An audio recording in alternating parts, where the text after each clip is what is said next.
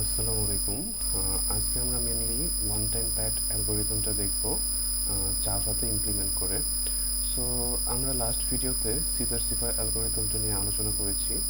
So এটার সাথে one time pad and caesar সিফারের মধ্যে মেইন একটা ডিফারেন্স সেটা হচ্ছে কিতে।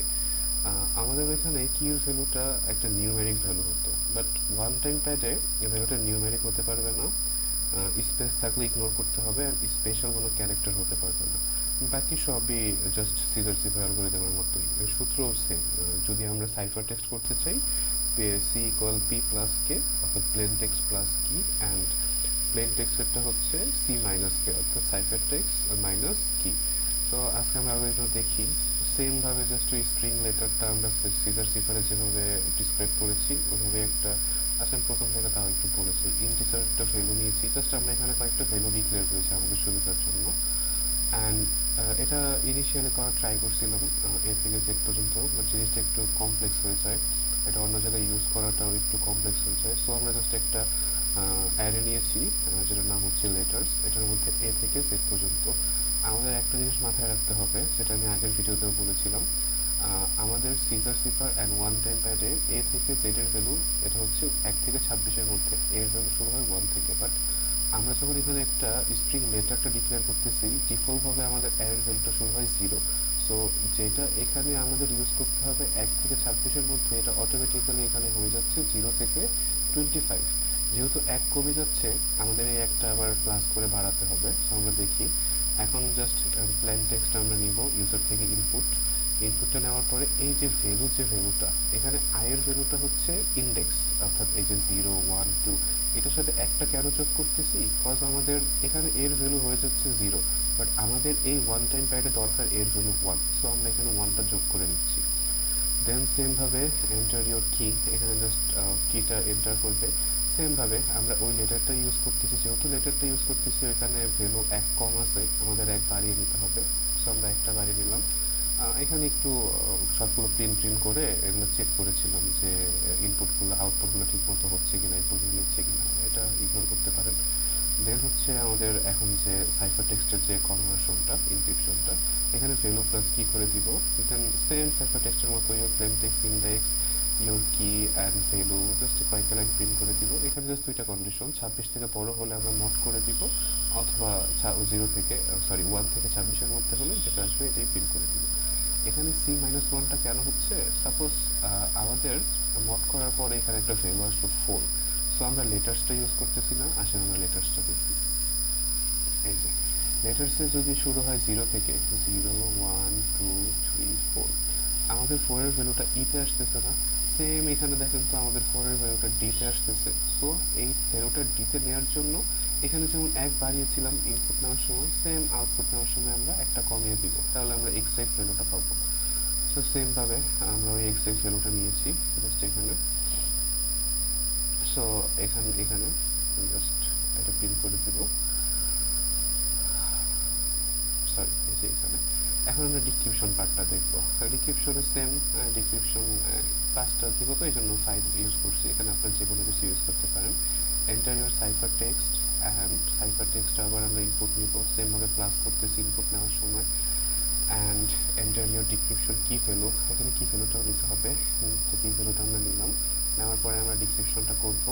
যদি 0 হয়, ওই সেম আমাদের একটা সূত্র আছে, ই প্লাস 26 ইন্টু ওয়াই, এই ওয়াইয়ের ভ্যালুটা আমরা বের করবো, এটা আমরা সিল ভ্যালু নিব। এখানে এই সূত্রটা লেখা আছে, সিল ভ্যালু হতে হবে, মানে নন ফ্র্যাকশনাল ভ্যালু হতে হবে, এটা সিল করে নিব। অ্যাবসলিউট ভ্যালু হতে হবে, কোনো মাইনাস ভ্যালু নেওয়া যাবে না। অ্যান্ড যদি 26 থেকে বড় হয় জাস্ট মড করে দিব, আর যদি সুন্দর করে 1 থেকে 26-এর মধ্যেই হয় জাস্ট এই সূত্রতে করে যাবে।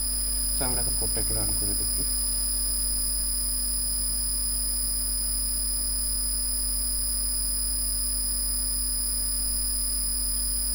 একটু টাইম নিচ্ছে।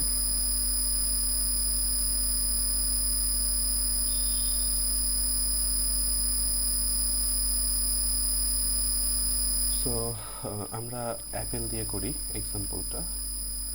এ দিলাম, অ্যান্ড আমাদের কি এলিফেন্ট ধরলাম, সো সিকোয়েন্সিয়ালি ফার্স্টে ই আসে, সো আমি ইটা দিয়ে দিলাম। দেখেন আমাদের প্লেন টেক্সট ইন্ডেক্স হচ্ছে এটা, এর ভ্যালু 1, অ্যান্ড কি এর ভ্যালু হচ্ছে 5, ইন্ডেক্স ভ্যালুটা হচ্ছে। অ্যান্ড কি হচ্ছে ই হচ্ছে আর কি কিটা, অ্যান্ড এটার ইন্ডেক্স ভ্যালুটা হচ্ছে 5, and cipher text index 6 F. So আমরা যদি এ কে আমরা ই দিয়ে এনক্রিপশন করি, এটা হচ্ছে এফ হয়ে যাবে। নেক্সট করি, অ্যাপেলের থেকে এ গেল পিতেই, সেমভাবে তো এলিফ্যান্টের এল দিই। সো এটা এভাবে কাজ করতেছে। আচ্ছা, ফুলফিল করি, আবার একটা পি দিই। সো এখানে আবার ই দিই, এ ডাবল পি গেল, এবার হচ্ছে এল। সো এল দিই, এলিফ্যান্টের পি দিই, লাস্ট ই, অ্যান্ড এলিফ্যান্টের এইচ। সো আমাদের এলিফ্যান্টকে সাইফার টেক্সটে কনভার্ট করা শেষ। এখন আমরা সাইফার টেক্সটটাকে জাস্ট আমরা প্লেন টেক্সটে কনভার্ট করব। সো আমাদের সাইফার টেক্সটে কী আসছিল এখানে, যদি আমরা সবগুলো হিসাব করি, F B U B M. So এটাকে আমরা আবার কনভার্ট করি। সো আমি যদি এফ দিই,